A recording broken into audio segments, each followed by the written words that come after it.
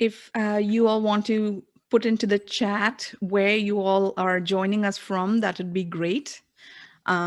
Just want to know, I'm here with Dan Howlett in Northern Virginia. We are at George Mason University, and Pedro is joining us from Goa, India. So if you want to put it into the chat, that'd be great.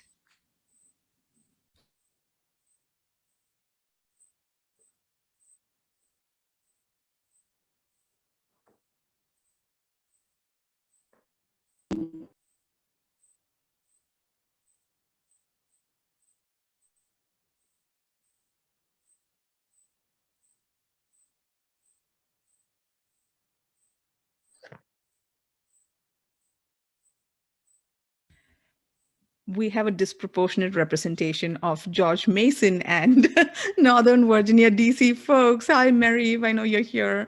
Hi, Jane. I know Jane's also here. Jane's a professor in the Department of History at Mason. Mary Eusilio is a curator at George Washington University's Codson collection. So I know both of them, so just saying hi. We also have some of our speakers for the series here. I know I can see Carrie, but I can't really see, Carrie Anderson is here, but I can't see Marsley Kehoe, but both of them are going to be speaking next week, Thursday at 12 p.m. EST. And it's going to be exciting because we have a digital art history project to talk about. And so I'm really excited about what Carrie and Marsley is going to talk about, digital projects on textiles. So hope you all come back for that. Okay, I think we should get started. So welcome everyone. Thank you so much for joining us from all across the world. Taipei, I just see a Taipei in the chat window. Thank you for joining us. I saw Poland earlier, so it's really exciting for us to see all of you here. It's kind of fun to host a webinar because of this reason. As so many of us who are interested in the Indian Ocean world can join in from like different places. So it's really exciting to have you all here. We had our first talk last week on Wednesday, and Dr. Nancy Yam and Dr. Meha Priyadarshini started us off with like a brilliant conversation about transoceanic histories and material culture studies. And the chat window is where a lot of that conversation happened. So we're hoping that you will use the chat window to have more conversations that we can actually continue to create engagement on these topics. The other thing that I wanted to mention before I start is that our website, iowmaterialhistorieswebinar.org, that's where you go to find out all the information that you want about this webinar series. We have 4 more talks going from March 24 to April 22, and I hope you come for all of them. I also wanted to say that if you are interested in, continuing this conversation in other forms, we are planning to do like a blog on the website. So if you're interested in contributing to the blog, please let me know, and we can have a conversation about that later. So here we go. Pedro Pombo is our distinguished guest today, and he's a Portuguese anthropologist and art historian based in Goa, India. In 2015, he received his PhD in anthropology from ISCTE-IUL, Lisbon, with an ethnographic project on cartography, landscape, census of belonging, and local history in the south of Mozambique. Pedro researches traces of Afro-Asian circulations crossing aesthetic and anthropological approaches, focusing on archival and material traces, heritages, visual landscapes, and memories in the Western Indian Ocean. He is the co-author of a documentary on Goans in Tanzania with the filmmaker Nalini Elvino D'Souza. His most recent research focuses on African heritages and contemporary art and the relation between culture and environment. He's an associated researcher with the Southern Atlantic/Indian Oceanic Africa cluster of the Project Regions 2050, Wits University, South Africa. And he was recently awarded a short-term fellowship with the African Multiple Cluster of Excellence at Beirut University. On a personal note, Pedro is living the academic life that I want to live, taking a swim most days in the Arabian Sea and enjoying the sea breezes of southwestern India that I terribly, terribly miss. And I'm going to miss all the more as I see his wonderful slides today. Today, Pedro's presentation includes his experience of exploring the maritime worlds of the Western Indian Ocean and thinking about buildings and architectural details, landscapes, and broadly material culture that allow us to allow us to think about the lived experiences of mobile and or migrant populations in the Western Indian Ocean world. Going back to his research roots, in this presentation, Pedro engages with a diverse set of archives across the Afro-Asian maritime world and the personal memories and experiences of the diaspora attached to these archives. There is an accompanying reading for this talk published in 2018 titled Beyond the Margins, Place, Narratives, and Maritime Circuits in the EU. This article is linked on our website, and I have put a direct link in the chat at the very top, so you can scroll up if you want to get to that link directly. Pedro, thanks for joining us, and take it away. Okay, Deepti, thank you so much. It's really an honor and a pleasure to be part of this series of conversations. I see, the number of participants and the conversation that we had last week, so I'm quite anxious and very nervous in face of the responsibility. I hope everything goes well. We have been having some internet connection issues. If I disappear for some moments, I will be back as soon as possible. Okay, just 1 minute maximum. I also would like to start the presentation, say this is still a work in progress, and this presentation is based on work that I've been doing for the last 5 years or 6 more or less, but with some new incorporation that I'm still thinking about more recently. So every suggestion, comment, question is very welcome, because as you will see, I'm trying to tie up different directions of research on a way that they all make more sense, on a way that I can also transmit and share my research experience and the questions that I'm following.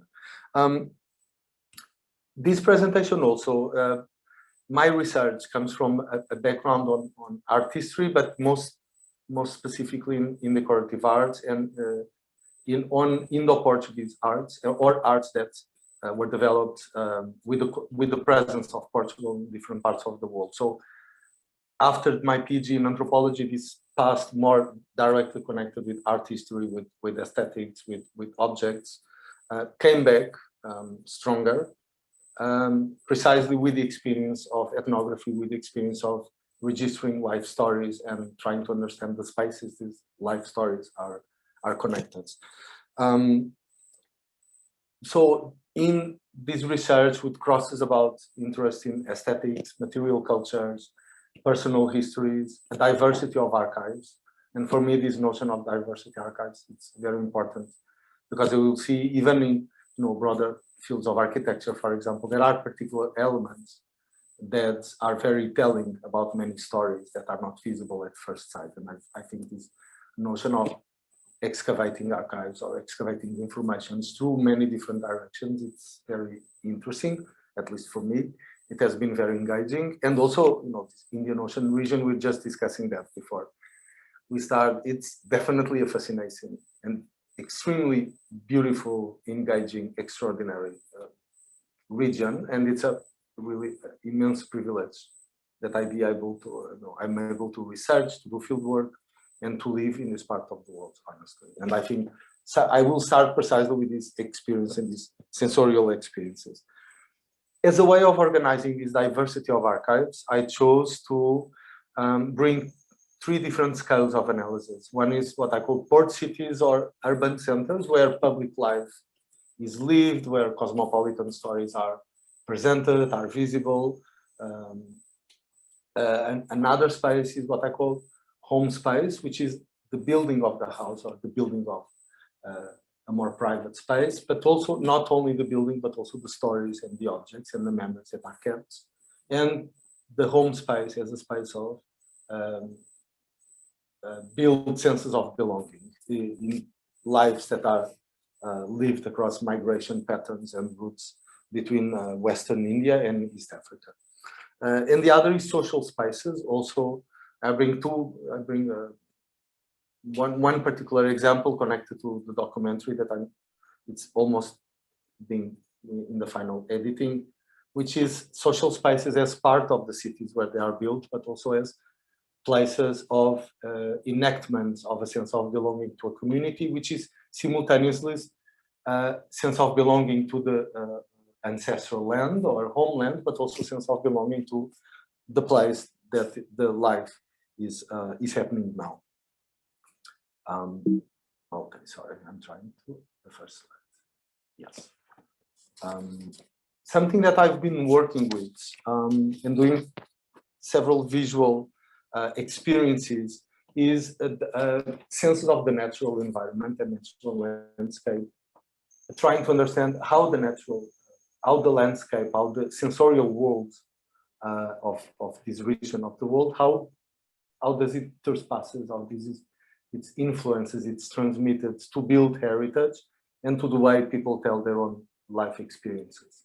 One of the ways is obvious, is through the chromatic senses of these places, and this is just unfiltered images of Seychelles, Mauritius, Reunion, Zanzibar coasts, and I mean the chromatic layers of blues and greens, which are obvious references to the ocean, are extremely powerful, and for me have been a very interesting point of entry to try to understand a sensorial dimension of this region that is, later seen also reproduced in some way in the build environment of stories of, crossing the ocean in ships or family stories which have to do with luggage and travel and crossing the ocean and storms during the monsoon and port cities which are always connected with the ocean.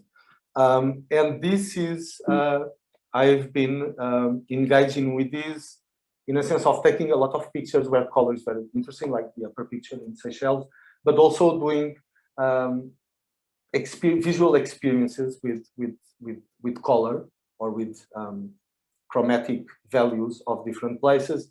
The lower section, the lower collage is in view. It's something that I've already presented somewhere, and it's curious because although the ocean in view, an island on the western coast of India, the ocean is not this turquoise blue because it's still very muddy because of the Bay of Cambay. The city itself presents a series of greens and blues that we see also represented in the islands in the Indian Ocean, in Zanzibar, in the cities of Darussalam, for example. So this a way of building senses of belonging, or a way of, for me, has been very important to research different kinds of archives, which are material, personal, intangible, each of these several dimensions: color, textures, climate, for example, the influence of the monsoon and how this shapes the rhythms of travel between the place of origin and the place of settlement, for example. What are the objects that are carried during these travels? And this is, for me, this has been quite of a learning exercise of try to connect different research fields that, or different disciplinary approaches that sometimes are not so obviously overlaid. Or other elements which, with the immense privilege that of spending some time in these places, we can, slowly understand more subtle elements, or some elements that we can observe precisely because we also, I mean, in this case, I talk about me, but many other researchers do field work in different places. And this is also a very important aspect because we become more attuned to the similarities and differences that we see in each of these places across the Western Indian world, Indian Ocean world. The image on the left is a store by a Chinese Seychelles family in Seychelles, which, it's a typical name from South China, but still using the local color. So it's a very different communities that are integrated in these places, or that this diversity of communities is precisely what made these places. The image in the center is very curious because it's one of the few examples I saw in Stone Town in Zanzibar, where the sign of that this is a family house of a Gujarati origin. The family is precisely the addition of carved wood balcony on what is otherwise a typically Omani Zanzibari building, and this addition of architectural elements, of the addition of decorative colors or different scripts that show us, when we have the references that show us to whom those houses belong or what is the main community present in that part of the city. The image on the right is the Mosque of Portuguese in Mauritius, and the image doesn't do justice to the building, but it's a building where, coming from India, we really recognized South Asian Islamic aesthetics in the building. So all these, a sense of familiarity that we see, not only present because we read the history and we interview people, but also present in the buildings, in the sounds, in the daily life of these places. And this multi-layered existence of this world, for me, has been particularly important because it has allowed me to travel between different disciplinary approaches. The ethnography leads me to cartography, to history, to architecture. The observation of architectural features leads me to a more ethnographic approach. And all these dialogues between disciplines and through an aesthetic approach has been extremely engaging, and has opened, for me personally, has opened many new doors and possibilities of research.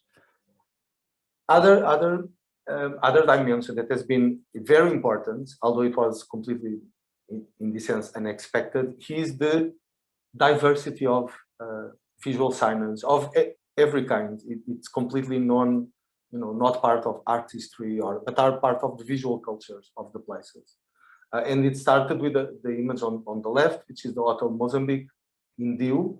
And the first time I went to Diu, I wanted precisely to understand what are the traces of the very long established migration from Diu to Mozambique, and what are the traces in the departure place in Mozambique. And this is one of the most obvious, which is an hotel which was owned by a family, a Dewey's family that had settled in Mozambique, and they opened this hotel, which is still, it was still there a couple of years ago.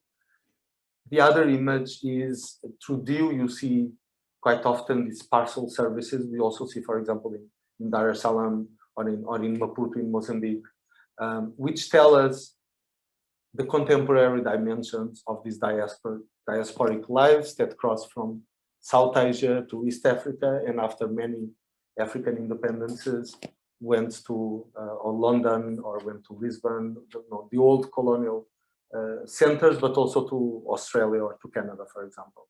This one is in Diu, and it shows us that besides the long established diasporic presence in Mozambique, there are contemporary connections to Lisbon and London. So many parcel services specialized to several parts of the world, very, very localized areas of the world, and these are signs that we can walk many times on the street and don't recognize, but when we start to understand how they tell us the history of the place and how they tell the contemporary circulations that exist and that are maintained by so many families that still live in a multi-sited way. Many families that still have many relatives and kinship ties across different countries and continents.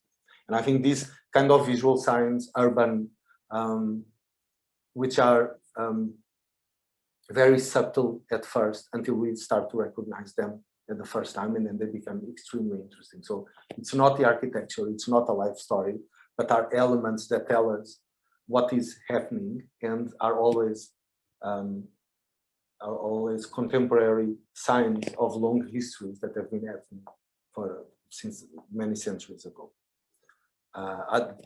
Two other ones on the top right is Hobin Batista, which is a Goan origin photographer, a family of several generations in Zanzibar.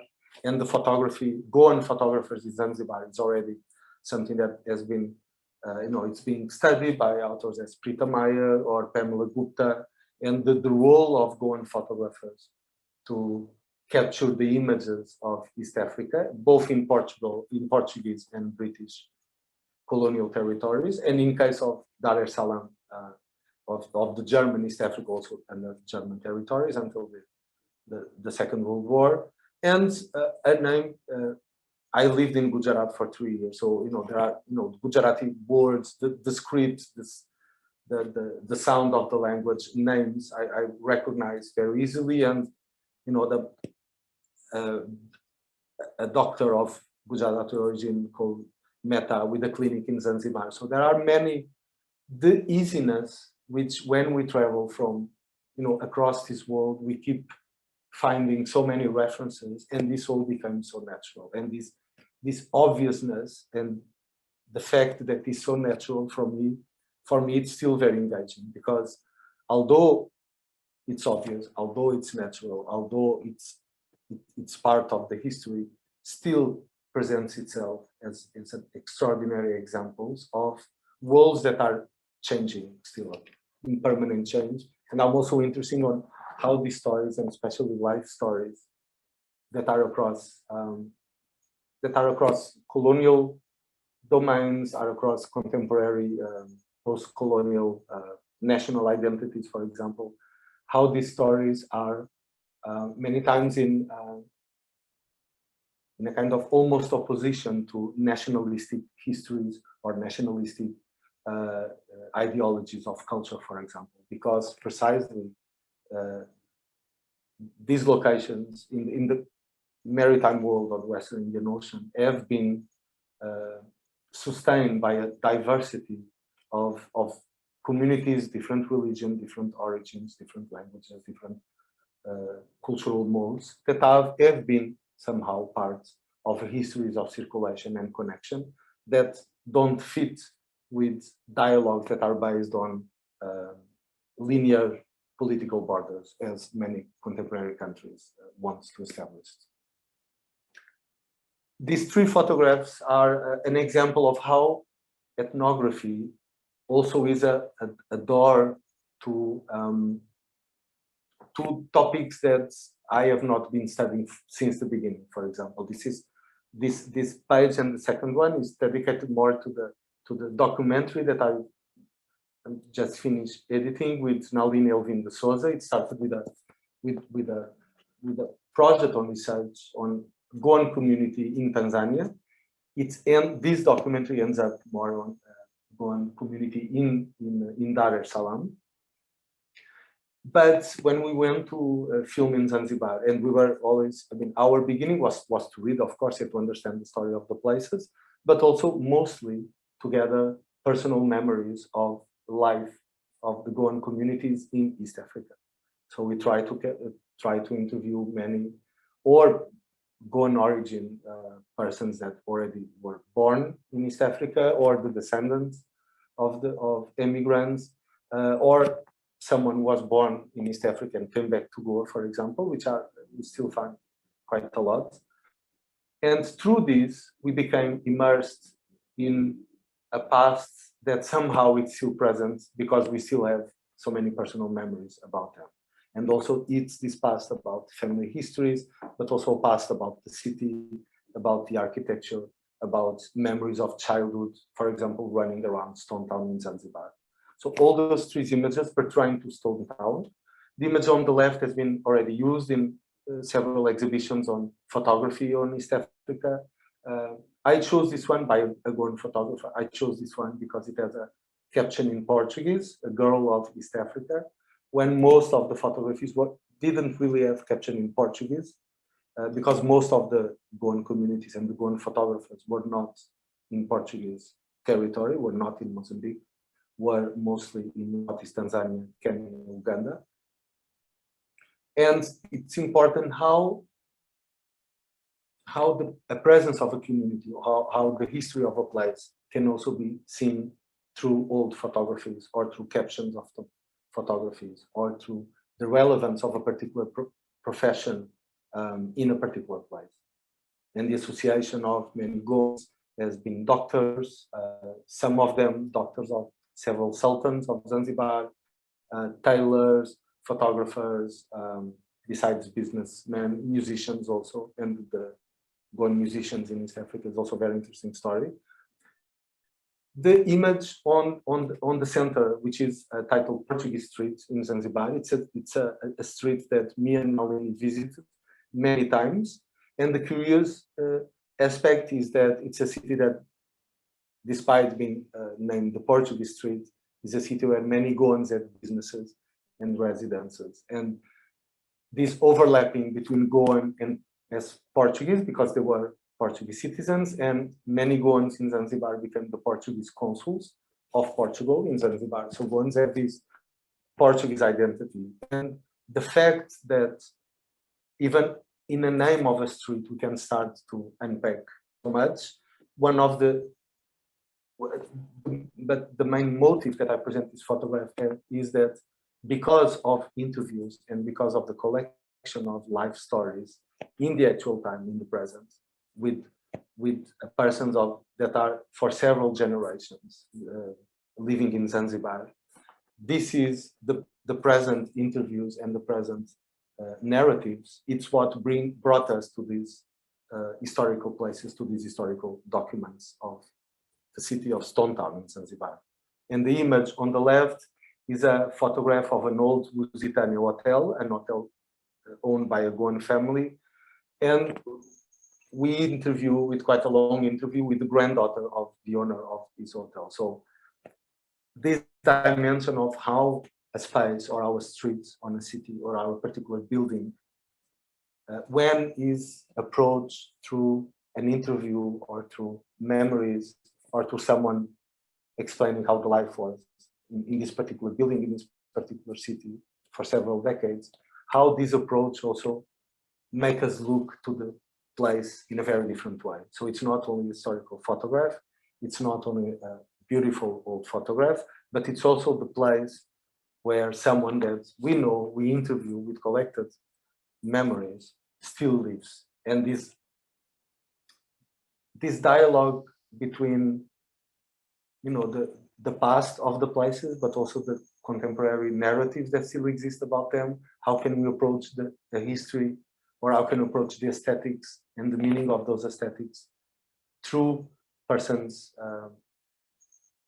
narratives, through persons' own experiences, and this dialogue between ethnography and a more architectural observation of the places has been extremely interesting for me, because it has really opened dialogues that sometimes I'm still very insecure how to manage or how to put in touch. But during the experience of fieldwork, or in this case, during the experience of filming this documentary, it really makes a lot of sense that these several dimensions of the several archives can be together and can weave in something that opens us to different stories. That's not only looking at the architecture, for example, looking at the arts or the objects, but also knowing the story behind those places, how we can know so much more about the life of the buildings, of the life of the cities. This is an extraordinary example.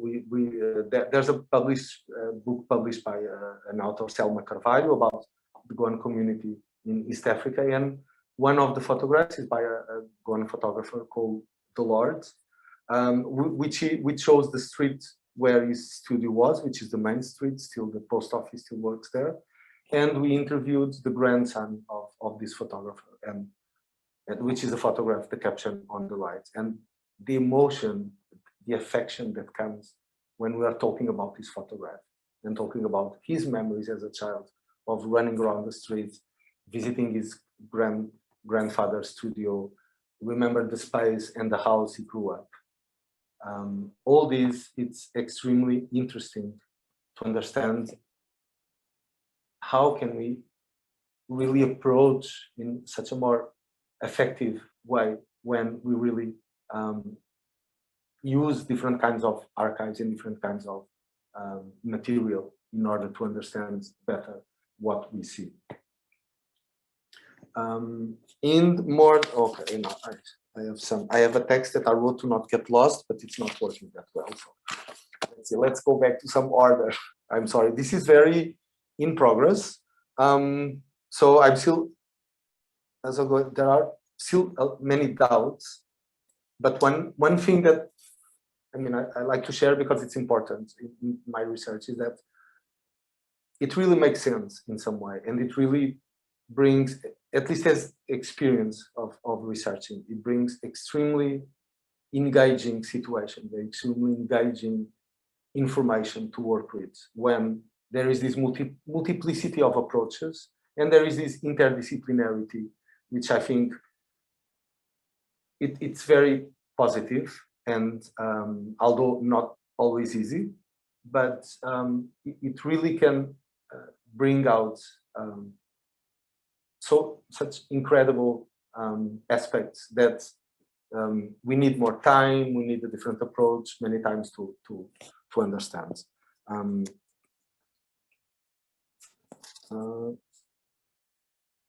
Sorry, now. Okay. In regarding to home spaces, what I think is more interesting or more curious is how one is that there are always houses that are visible to outsiders. There's always a presence of small details that make, for example, give a sense of belonging to a particular house. But also at the same time, they are part of a larger urban examples, and many times in their own construction. Or for example, in Zanzibar, there are many different communities that live in a more or less in the same kind of typology of building. But as we saw with the Gujarati balcony, for example, or the case of this Goan house, which I'll explain, there are certain details that are added, that are that give another sense of home space, give another sense of belonging, which is, and for me, it's very interesting because it's always a multiple belonging. And I think it's very present in places like the Indian Ocean region, where there are so many communities from so many different origins living together. This multiplicity of belonging, which is also translated in a multiplicity of languages, multiplicity of religions, multiplicity of decorative elements, gestures, social modes, which is very interesting. In this case, sorry, I'll just go back to the previous image.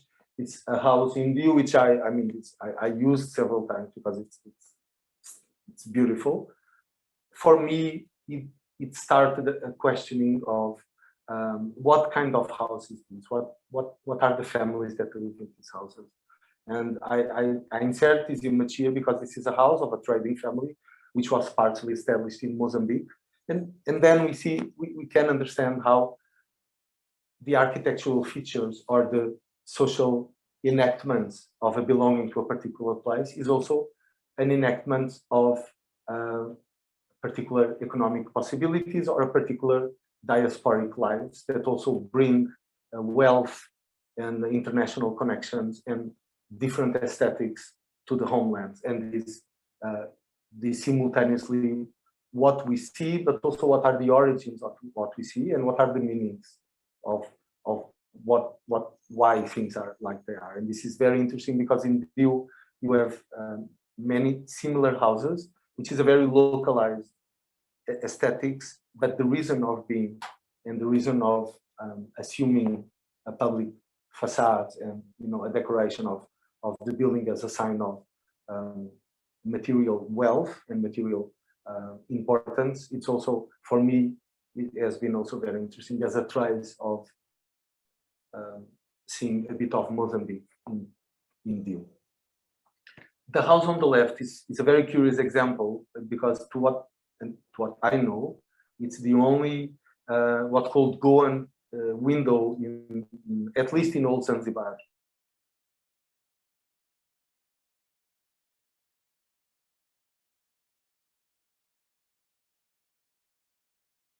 Oyster shells, very thin oyster shells instead of glass, which in Goa it's called carepas. And it's a very, for someone who has been in touch at least superficially with Goan architecture or Goan aesthetics, it's automatically recognizable.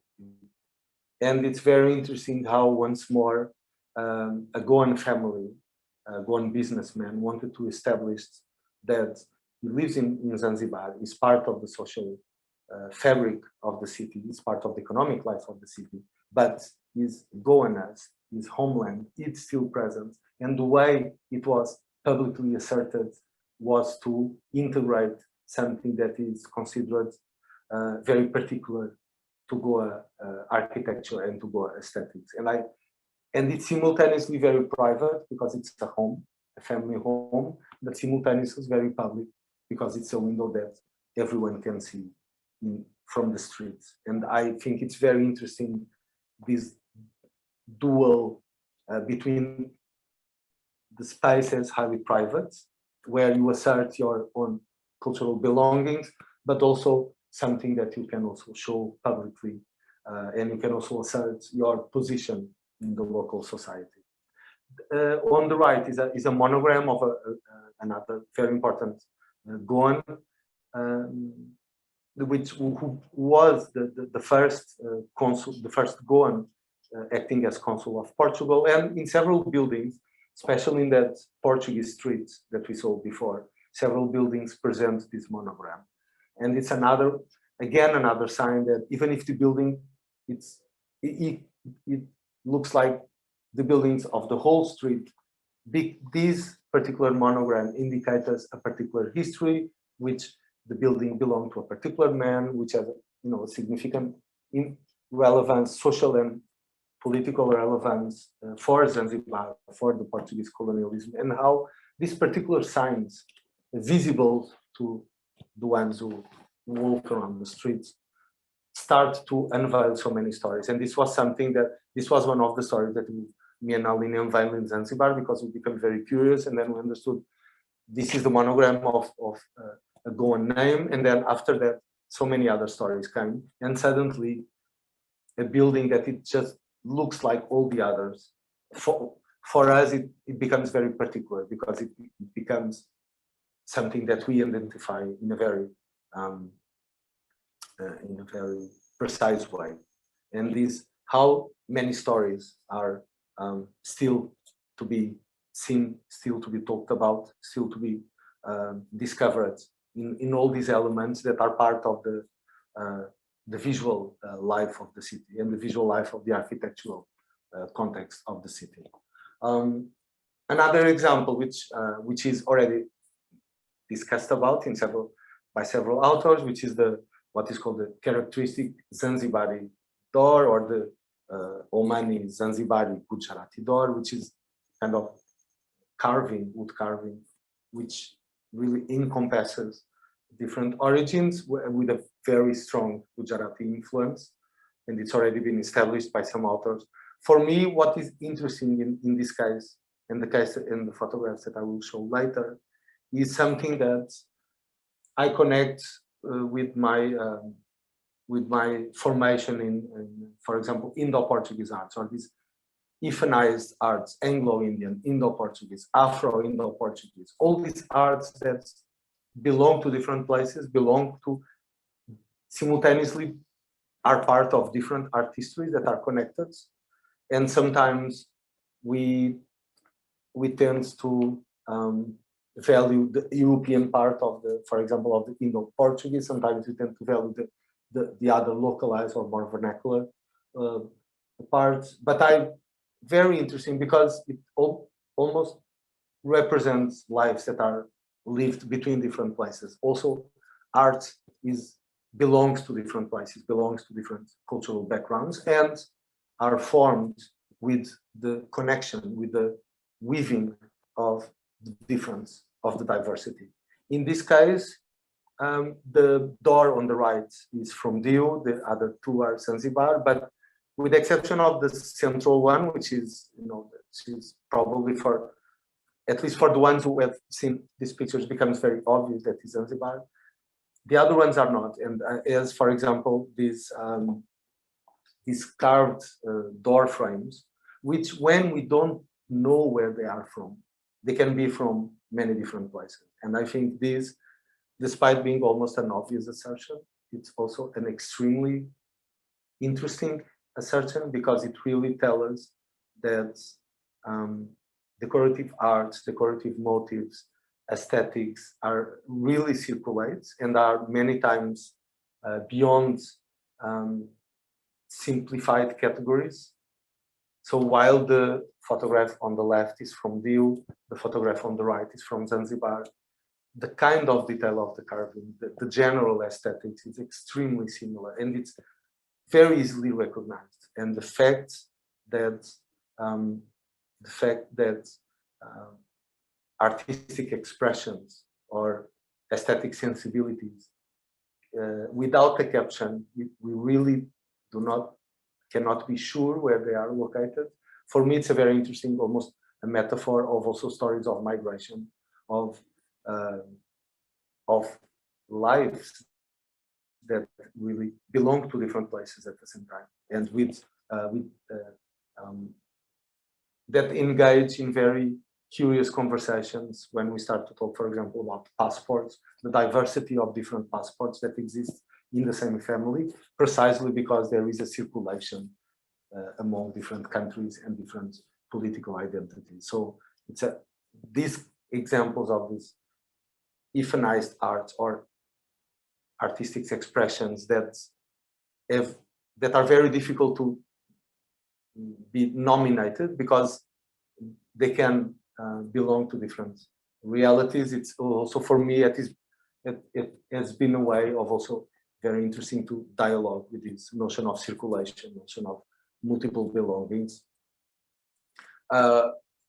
Coming from decorative arts as I come, one of the most outstanding examples is what is considered the Zanzibari chair, which is extremely similar to models of Afro-Indo-Portuguese chairs from the end of the 16th century, and how something that for a Portuguese art history is mostly said as Afro-Indo-Portuguese, so three different belongings, became a Zanzibari, became belonging to Zanzibar, became belonging to Swahili culture, and with extremely similar profiles and decoration. So it's a model that has been persistently reproduced without hardly any significant changes. It's just extraordinary.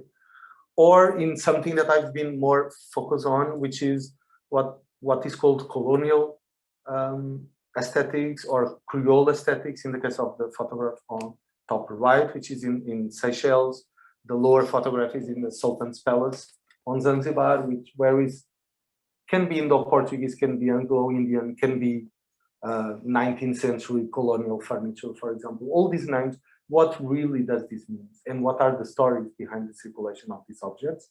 And also who makes these objects, and how these aesthetics became so relevant, or in the case, for example, of the Zanzibar chair, became so relevant to be automatically recognized as belonging to that particular place. How this all in the long run. So it has to be with notions of nomenclature, and how art history or even anthropology catalogs, organizes its own objects, its own material to study, for example. And there are personal histories, there are urban centers, pieces of furniture, objects that are more difficult to catalog.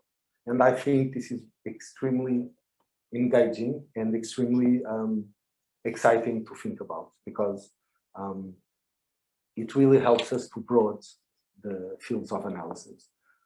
Almost in the end, I think it's more or less time to stop, but this house is very interesting as an example of how stories of migration can also be studied in the place of origin.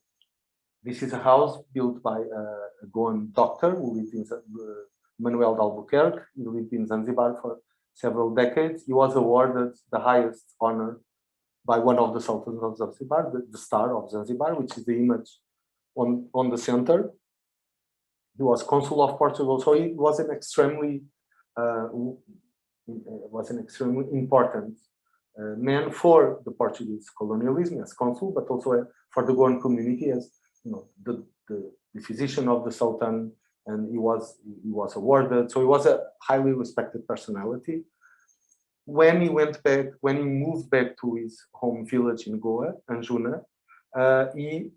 the story tells us that he requested authorization by the Sultan to build a replica of the Sultan's palace in Goa. So he wanted to build a replica of the Zanzibar palace in his village in Goa. What we see today, which is this house, it's not a replica of the palace, but it's not a Goan house as we are most used to see. So the aesthetics is very different. The house was built by many craftsmen that came from Zanzibar, especially for the stucco and the wood carving inside the house. So there was a whole team of craftsmanship coming from Zanzibar to build this house. And it's a house that it's definitely very different than the most usual large family houses of Catholic families in Goa. And this is extremely curious how architecture, how aesthetics are used to somehow represent a belonging that it's not only belonging from the homeland to the land of settlement, but it also brings this life away from Goa to its own village in Goa and to assert its social position, of course, in this home village. So how the story of a community in Zanzibar can also be studied when we come to Goa and we pay attention to these examples that are not immediately known, and they are not part of what is considered more characteristically Goan features in architecture or aesthetics.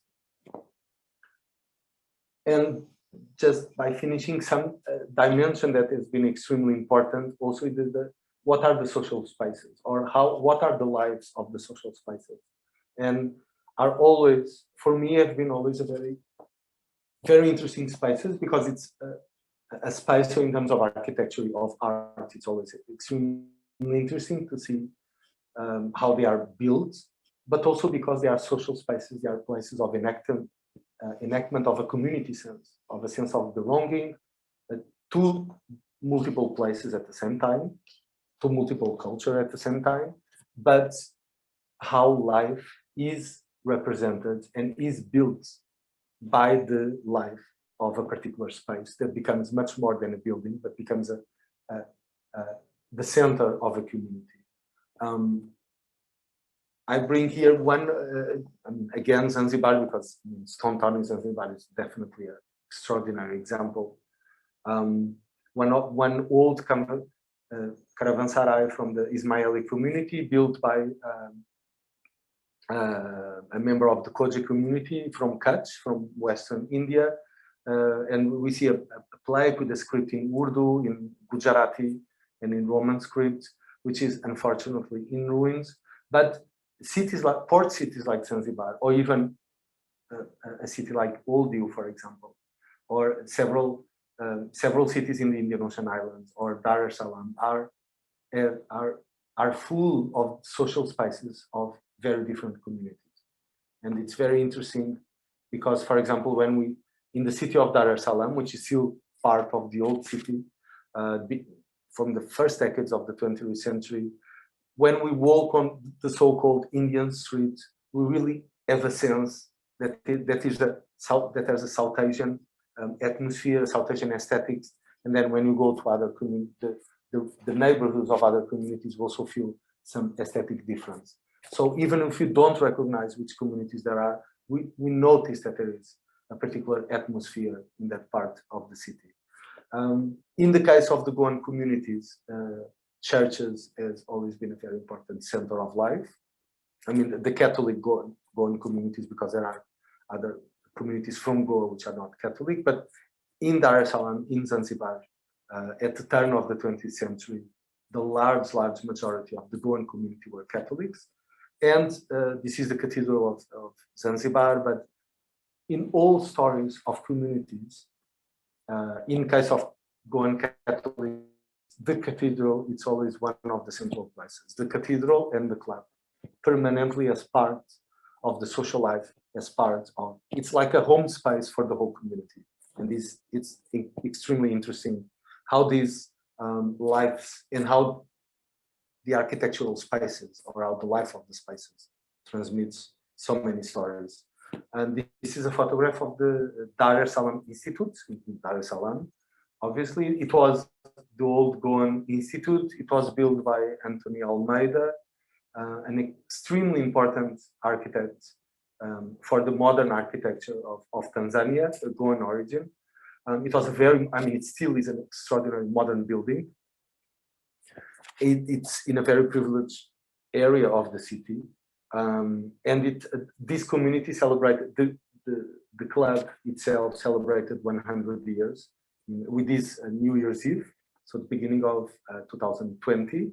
And me and Lalini had the possibility for our documentary to be there and to understand how 100 years later, how a sense of community still enacted. And we see many flags because the Goan community in Darussalam, after the independence of the country, spread across many different continents and countries. And it's extremely interesting to see how the qualities of the space are designed for the social interaction of a community, and how a building is central to 100 years of the story of one of the many communities in Darussalam. And for us, I mean, and for me, in this passage between ethnography and architecture of art, I mean, I'm fascinated by the building because it's an extraordinary, it's very modern, and it's one of the modern reference buildings of Tanzania. But how life is enacted, how memories, so many stories we get, and how, for example, stories from the past, and the photograph on the left, we see the Jazz Swingers, which is one of the many Goan jazz bands that were playing all across East Africa. And it's, this story is also is being researched on the relevance of music for the social life, but also the photograph on the right during the several days of the centenary celebrations, how the Goan community enacts its, Portugueseness of the Portuguese colonial past through a Portuguese dance, which, it's supposed to be a traditional Portuguese dance, sung in Portuguese, although most of the ones who sang don't really know the meaning of the words, but also this sometimes nostalgic, sometimes not. I would not, I do not have a final word on this, but how a place keeps being the place to celebrate particular identities, particular belongings, and even we had the case of interviewing many people that came back to Darussalam after 30 years, for example, never came back, and still the amount of memories, how ties are not broken after such a long separation. And all this happens because the building is still standing, and the building is also being celebrated. And this is an extremely interesting archival dimension in my research, because it's one of the archives. It's precisely the material archive, not only because it's a very important building in terms of architecture, but it's because it is a fundamental space for a particular community. And this dimension that can be understood through, again, an ethnographic approach, and to a probably an approach more sensitive to what is art history or aesthetics. And I finalized with another very interesting archival dimension, which is travel documents, passports, stories about passports, stories about independences, stories about authorizations of travel, the experience of travel, boxes, those very old, big wooden boxes where all the family gather everything before traveling back to East Africa or traveling back to Goa. So these other elements that are part of of so many histories of circulation. And for in this case, what is extremely interesting for me is that when I even have the title architecture, I understand it in a broader sense, in the sense these documents are kept in houses which are, or in social clubs, for example. So they are somehow part of the architecture because they are part of the stories that justifies the existence of that building, for example, or that city.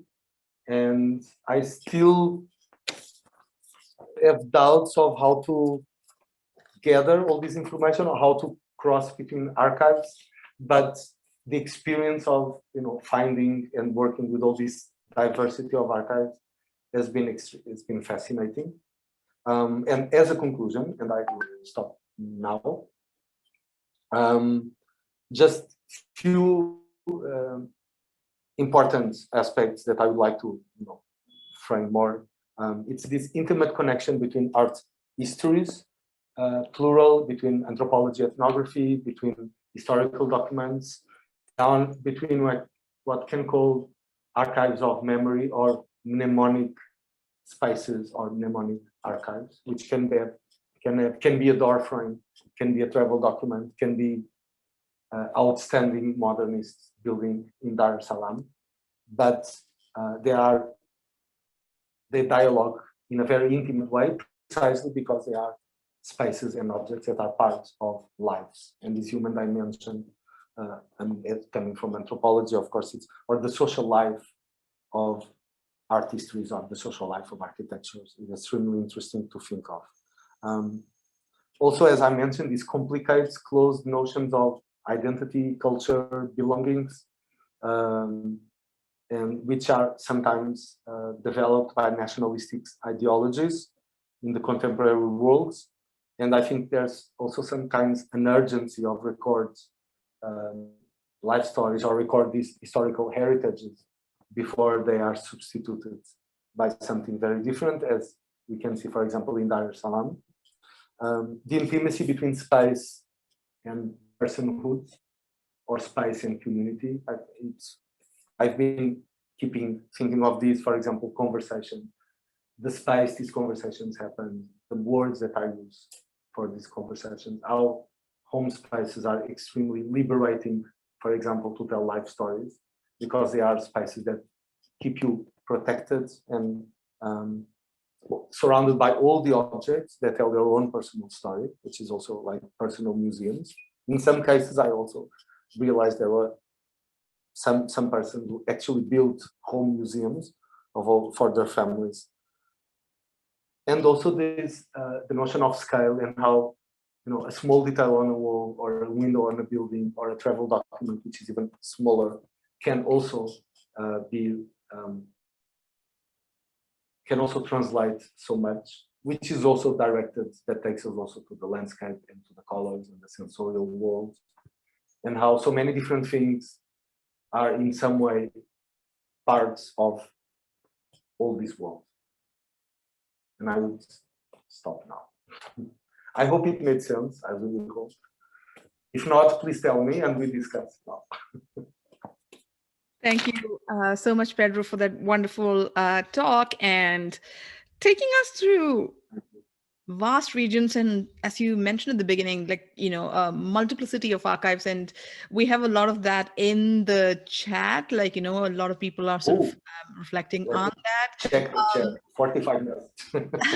We have a few questions already from the chat, so I'm going to I have them compiled, so I'm going to ask those questions. But if anyone has any questions, please put them in the chat, and we'll try to get through all of them. Although I don't want to keep all of you for the rest of the afternoon here, so we might have to cut down on some of the questions there. So one of the first questions that came by earlier on as he was speaking is from Alice Santiago. She asks, besides the families, were you able to trace Goan construction workers that might have been working on these houses? I know where that question comes from because I know it. Not really, but this not really, it's also a mea culpa because I really didn't ask about it. And I think probably outside Goa, we didn't, I mean, we gather stories about many professions, for example, not stories about someone who was designing or as a technician or an engineer, for example, although probably for other parts of East Africa, like Uganda, Kenya, directly with roads, railway, you know, these infrastructure buildings that come up with cities being designed. I think so. I think so. And there are a couple of authors who might talk about it. Selma Carvalho collects many family histories. Margaret Franz also in Goan Diaspora, which is a reference. I can try to send you gather some information, but it's a very interesting question. I think it's true that sometimes I think the self narratives tend to, as usual, tend to prioritize certain aspects of the community. For example, with Catholic Goans, everyone mentions the church and the Goan school and the marriages, and so the church has a very important space, which makes sense because it's also a gathering, or the club. But for example, for Zanzibar, we gather many stories about tailors or bakers, but they are not the first ones to come in conversation, mostly. So I think also there's an issue of how the community wants to be represented or talk about itself. But that's an interesting question. I don't know. Although, for example, in this house in Zanjuna, we know that many Zanzibari craftsmen came. And it's quite astonishing because, in Goa, you also have very good craftsmanship. At this time, you still have. But you wanted, with the aesthetics. And when I didn't show photographs of the interior of the house, but we noticed that it's not Goa in that sense. It's in some sense, it's very Zanzibari also, which I really don't know how to define. But because I was in Zanzibar, I recognize some things which are not easily described. Thank you for that question, Alice. Nancy, if you're still here, do you want to ask your question? I don't think I will frame it well. Okay, yeah, I'm still here, Jitri. Thank you. I'm sometimes too lazy to write my whole question in the chat, but I actually managed to, I think, use full sentences there. But maybe I'll try to just convey the spirit of it. So thank you so much, Pedro. That was such a terrific talk, and what I really appreciated is the way you just conveyed the what it was like to do this work, right, in a very kind of human sense.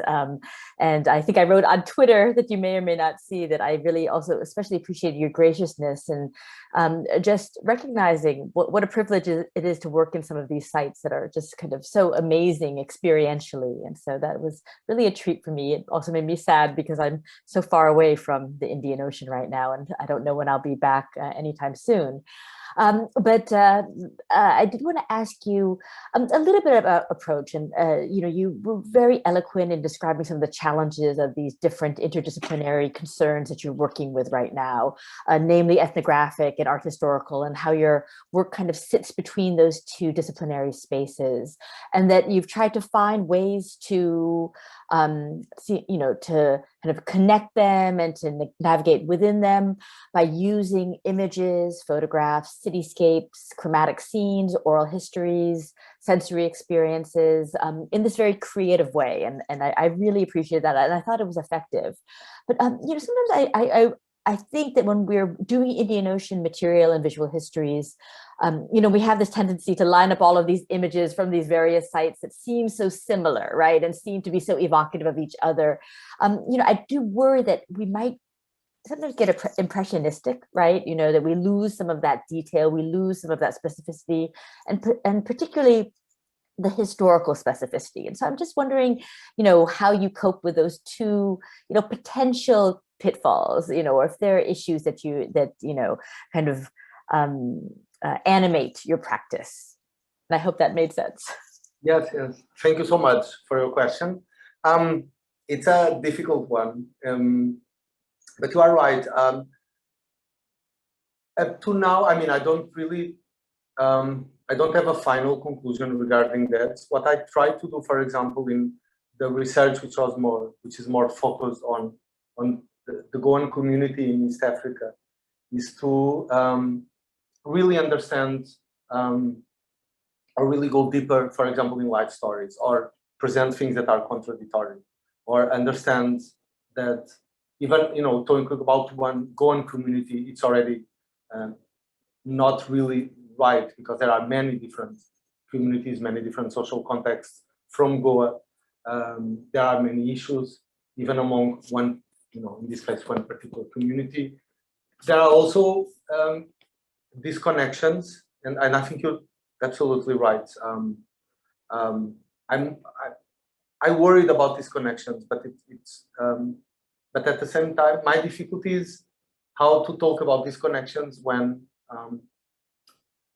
I'm interested, for example, in circulations of forms, circulation of aesthetics, for example, or life experiences. In terms of ethnography, it has been more giving more space to life stories, which always complicates the picture, will always complicate the, you know, that, for example, places like Zanzibar or Darussalam, even if they are seen as very cosmopolitan, with many different communities living, it doesn't mean that it was always a peaceful coexistence. There was, it doesn't mean that it's, you know, a golden life experience, for example. And I think historical episodes of as the Tanganyika independence, Zanzibar revolution, which were told to us frequently, are also, you know, very extreme and particular historical episodes, but also unveil longer stories of certain disconnections among, you know, this world of circulation and dialogue, for example. And in terms of personal memories, that has been extremely interesting, because it really complexifies and it makes much more difficult to, for example, talk about the Goan community, because there were several, and even in Darussalam there were other Goan clubs which were not this one, and it's something that the community told us, something that changed to the contemporary times, that there's one club, but for many decades there was a social separation that was, you know, that was following the social stratification in Goa, in Zanzibar also.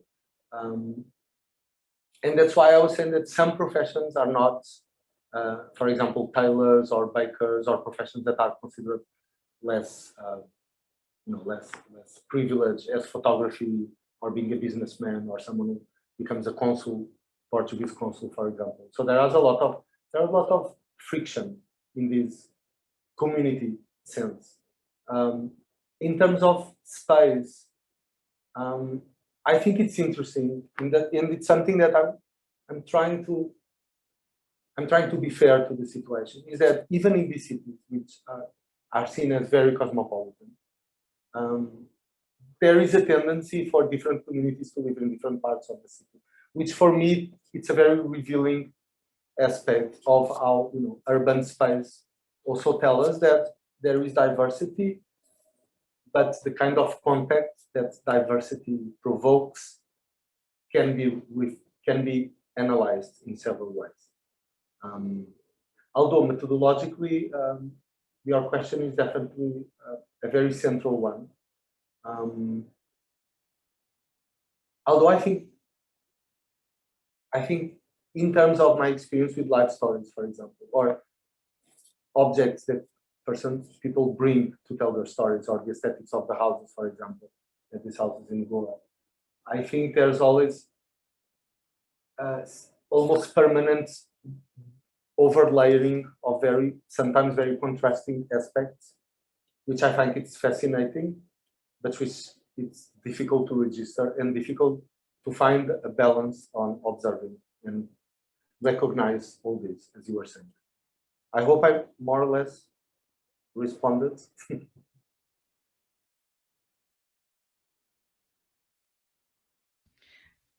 Yes. So I think Nancy just said thank you for the thoughtful response. She has to leave.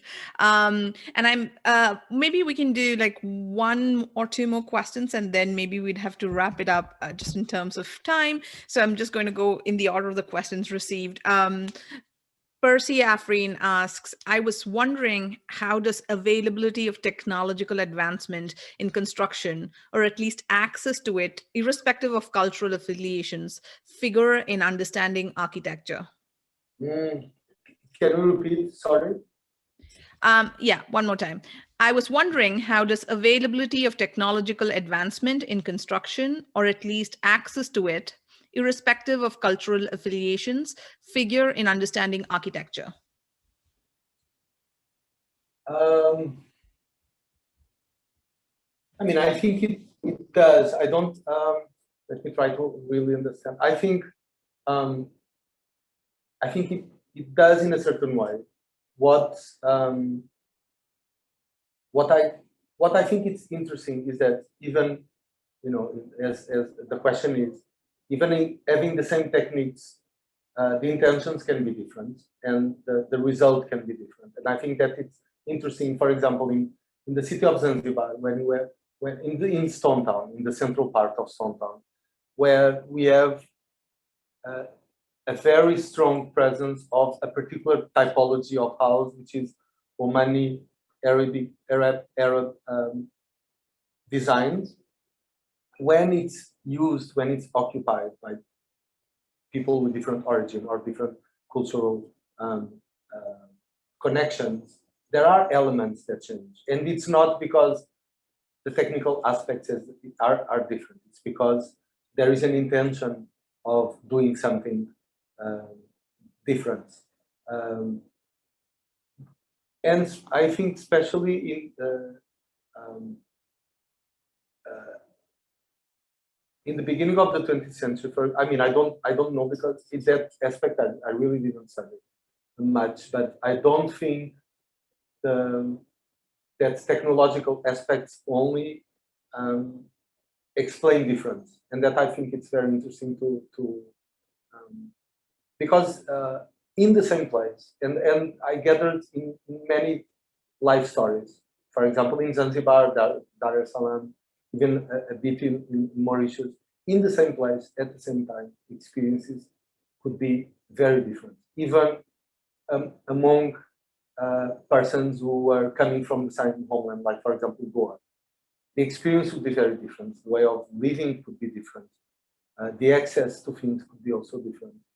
And I think in these, the social structures and intentions or cultural belongings can be much more important than access to technology, for example. I hope I replied. If not, please keep asking. Percy, I hope you got your answer. If not, please unmute yourself and look for clarifications.